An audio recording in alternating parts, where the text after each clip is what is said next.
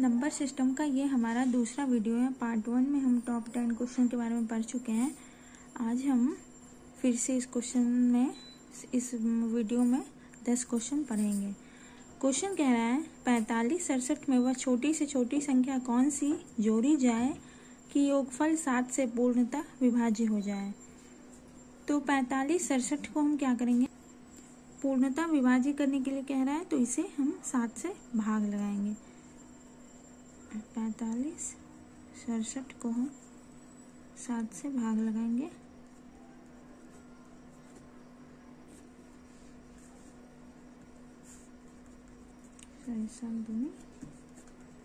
अब यहाँ शेषफल में 3 बचा है, तो 3 में अगर 4 और जोड़ दिया जाए, इसमें अगर 4 और जोड़ा जाए तो ये 7 एकम 7 एक बार में लग जाएगा। तो इसमें क्या जोड़ा जाए जो पूर्णतः विभाज्य हो जाए, 4। तो इसका आंसर हमारा 4 हो जाएगा, ऑप्शन नंबर डी।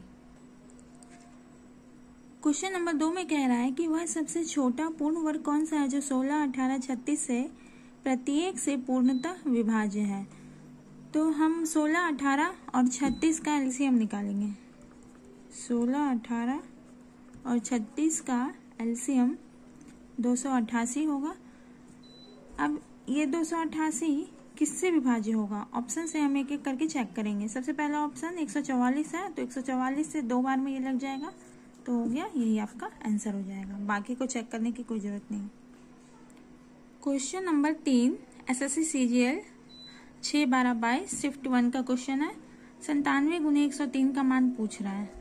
तो 97 गुने 103 का मान हम निकालेंगे। 97 को हम 100 माइनस 3 और 103 को 100 प्लस 3 100 प्लस 3 लिख सकते हैं। अब ये a minus b a plus b पे काम करेगा, जिसका formula a square minus b square होता है, यानी कि 100 का स्क्वायर माइनस 3 का स्क्वायर। 100 का स्क्वायर हमारा 10,000 हो जाएगा और 3 का स्क्वायर 9 हो जाएगा। अगर हम इसे घटाएंगे तो 9,991 हमारा आंसर हो जाएगा। 9,991, option number B. Question number 4 भी एसएससी सीजीएल का ही क्वेश्चन है। 1 से लेकर 430 तक कितनी संख्या 7 और 11 दोनों से विभाज्य है। तो 7 और 11 का एलसीएम 77 हो जाएगा। अब 430 तक कह रहा है तो हम 430 को 77 से क्या करेंगे, भाग लगाएंगे। यहाँ 77 बचे, 385 लगेगा और 45 इसका रिमाइंडर बचेगा। यहाँ 5 आया है, इससे हम पता लगा सकते हैं कि 77 और 1 से लेकर 430 तक में 5 ऐसी संख्याएं हैं जो पूर्णतः 7 और 11 से विभाज्य होगी। तो इसका आंसर ऑप्शन नंबर ए 5 हो जाएगा। अगला सवाल क्वेश्चन नंबर 5 क्या कह रहा है। एक 7 अंकीय संख्या 8, 9, 4, 7, 6x 2 में x का न्यूनतम मान क्या होगा जिससे संख्या 8 से विभाज्य हो जाएगी। ये बहुत ही आसान सवाल है, लेकिन ये एसएससी सीजीएल में पूछा गया है। ये तभी बनेगा जब हमें 8 का डिविजिबिलिटी रूल पता होगा, जो कि हम पिछले वीडियो में भी पढ़े हैं। 8 का डिविजिबिलिटी रूल में मैं आपको बताई थी 8 को 2 का पावर क्यों लिखते हैं। तो लास्ट की 3 संख्या, मैं पहले संख्या लिख लेती हूँ। इस संख्या में लास्ट का 3 संख्या अगर 8 से विभाज्य है तो ये पूरा नंबर भी 8 से विभाज्य होगा। तो हम यहाँ x का न्यूनतम मान कह रहा है, तो सबसे छोटा मान अगर हम 1 रखें तो ये 612 बनेगा, जो कि 8 से विभाज्य नहीं होगा। 2 रखें तो भी नहीं होगा, 622 8 से विभाज्य नहीं होगा। और अगर 3 रखते हैं तो 632 बनता है, जो कि 8 से विभाज्य होगा। हम चेक कर लेते हैं इसको। चलिए, ये 8 से विभाज्य हो गया, तो आपका आंसर ऑप्शन नंबर डी हो जाएगा। क्वेश्चन नंबर 6 कह रहा है कि 10,500 के कुल कितने गुणनखंड हैं।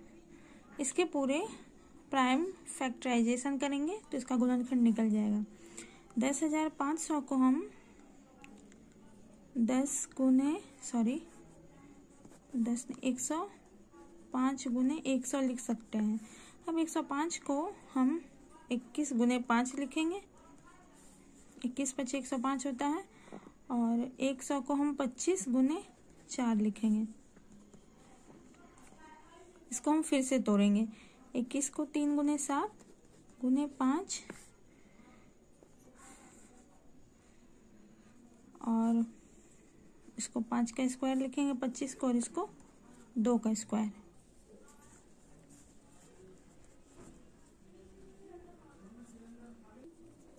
अब हम इसे लाइन लाइन से लिख देंगे। 2 का पावर स्क्वायर होगा, और 3 में तो 3 का पावर 1 ही है, 5 का पावर क्यूब हो जाएगा, और 7 का पावर 1। अब सबका जितना पावर है हम उसमें एक एक ऐड करके यहाँ लिखेंगे। जैसे 2 का पावर 2 है तो हम 3 लिखेंगे, 3 का पावर 1 है तो हम 2 लिखेंगे।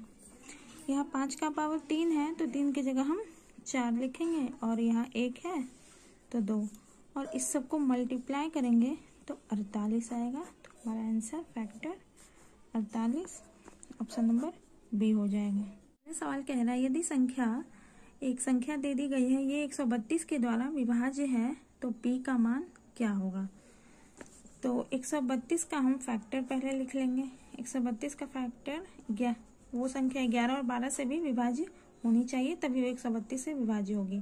तो 11 तो ठीक है, और 12 जो है वो यानी कि 3 और 4 से भी विभाज्य होनी चाहिए, यानी कि वो संख्या 11 से, 3 से और 4 से, तीनों से विभाज्य होगी। अब हम संख्या को लिख लेते हैं। पहले हम 3 से चेक करेंगे, क्योंकि पहले 3, 6 और 9 को ज़्यादा प्राथमिकता दी जाती है।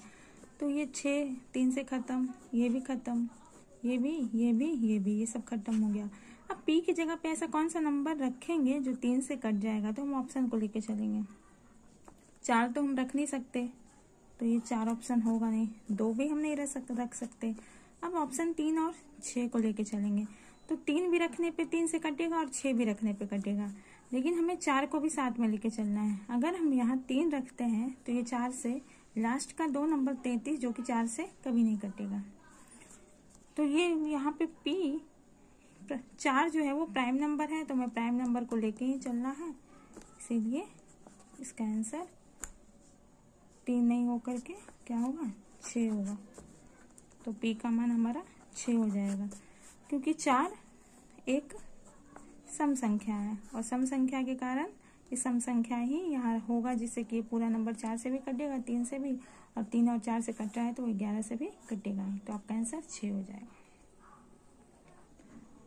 हमारा अगला सवाल, एक नंबर दे दिया गया है और कह रहा है कि ये 9 अंकों की एक संख्या है जो कि 72 से विभाज्य है, तो √p² + q² + 12 का मान क्या होगा। तो 72 का फैक्टर 8 और 9 होगा, यानी कि वो संख्या 8 से और 9 से दोनों से कटेगी। तो पहले हम 8 का चेक करते हैं। 8 का डिविजिबिलिटी रूल में आपको बताई थी, 2 का क्यू यानी कि लास्ट के 3 नंबर 8 से कटने चाहिए, तो वो पूरी संख्या 8 से कटेगी। यहाँ हम लेके चलते हैं 78 q/8। अगर हम q की जगह पे ऐसा क्या रखें जो ये 8 से कट जाए, तो अगर हम 8 × 72 लगाते हैं तो शेषफल में 6 बचता है। तो 6 के साथ हम क्या रखेंगे, 6 के साथ हम 4 रखेंगे तो ये कट जाएगा, यानी कि ये 784 बन जाएगा, और ये 8। q की जगह पे हम 4 रखें तो q का मान हमारा 4 हो जाएगा। q का मान हमारा 4 निकल के आ गया है। अब हम संख्या को 9 से चेक करेंगे। तो यहाँ q का मान हमें 4 मिल गया है, तो हम यहाँ q की जगह 4 रख देंगे। चलिए चेक करते हैं। ये 9 खत्म हो जाएगा, ये 6 3 9 खत्म, ये 8 7 15 और 3 18, ये भी खत्म। अब यहाँ बच गया 8 + 4 यानी कि 12।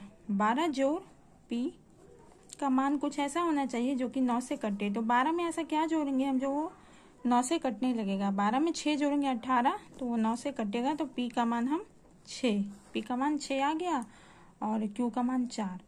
तो अब हमें क्वेश्चन में पूछा है √p² + q² = 12। p² यानी कि 6 का स्क्वायर, √36 जोड़ q², 4 का स्क्वायर 16 हो जाएगा, और जोड़ 12, ये √64 होगा। इक्वल टू 8 हो जाएगा आपका आंसर। ऑप्शन नंबर बी 8 होगा आंसर।